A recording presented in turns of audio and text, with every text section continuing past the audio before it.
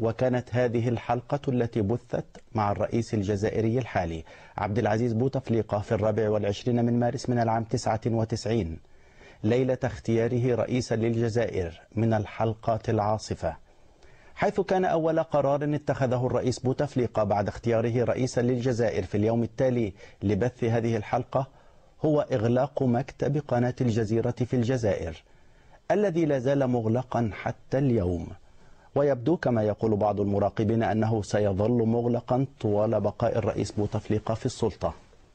نشاهد مقتطفات منها. سيد عبد العزيز، أرجو أن لا تنسى أن دوري هو أني محاور وأني أطرح ما يطرح في الساحة، ولست أنا الذي ألقي هذه الاتهامات. أنا لست في موقع ادعاء. سيدي أرجوك أنت مرشح للرئاسة. دورك الآن تروج لإشاعات. أنا لا أروج سيدي، أنا أسأل عن هذه الأشياء من أين أنا عرفتها. إشاعات خطيرة ضد نظام الرئيس بومدين، وأنت لم تسأل. عفوا سيدي، نعم. أرجوك، أنت لم تسأل أمس في التلفزيون الجزائري هذا السؤال؟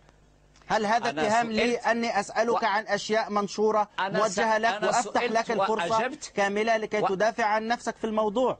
أنا عملي ومهمتي هو أن ألقي التساؤلات على نظام الرئيس بومدين. تفضل يا سيدي. على رئاسة نظام الرئيس بومدين. تفضل. أنا أسألك عن المسؤول عن الاغتيالات السياسية التي وقعت في عهد الرئيس بومدين، وأحملك مسؤولية كل ما تقول لأنك تروج كلام خطير حول نظام رئيس بومدين الذي يعتبر العهد الذهبي منذ استقلال الجزائر في هذا البلاد. هناك أيضا اتهامات كثيرة موجهة إليك من المرشحين الآخرين، وعلى رأسهم يوسف الخطيب مرشح الرئاسة الذي يتهمك بأن لديك ملفا يتعلق باختلاسات تضمنت أكثر من 40 مليون دولار أثناء توليك المسؤولية في الفترة من 64 إلى 78، وأن هذه الأشياء لا زالت مفتوحة أمام مجلس المحاسبة. ما تعليقك على هذه الاتهامات التي تملأ الصحف؟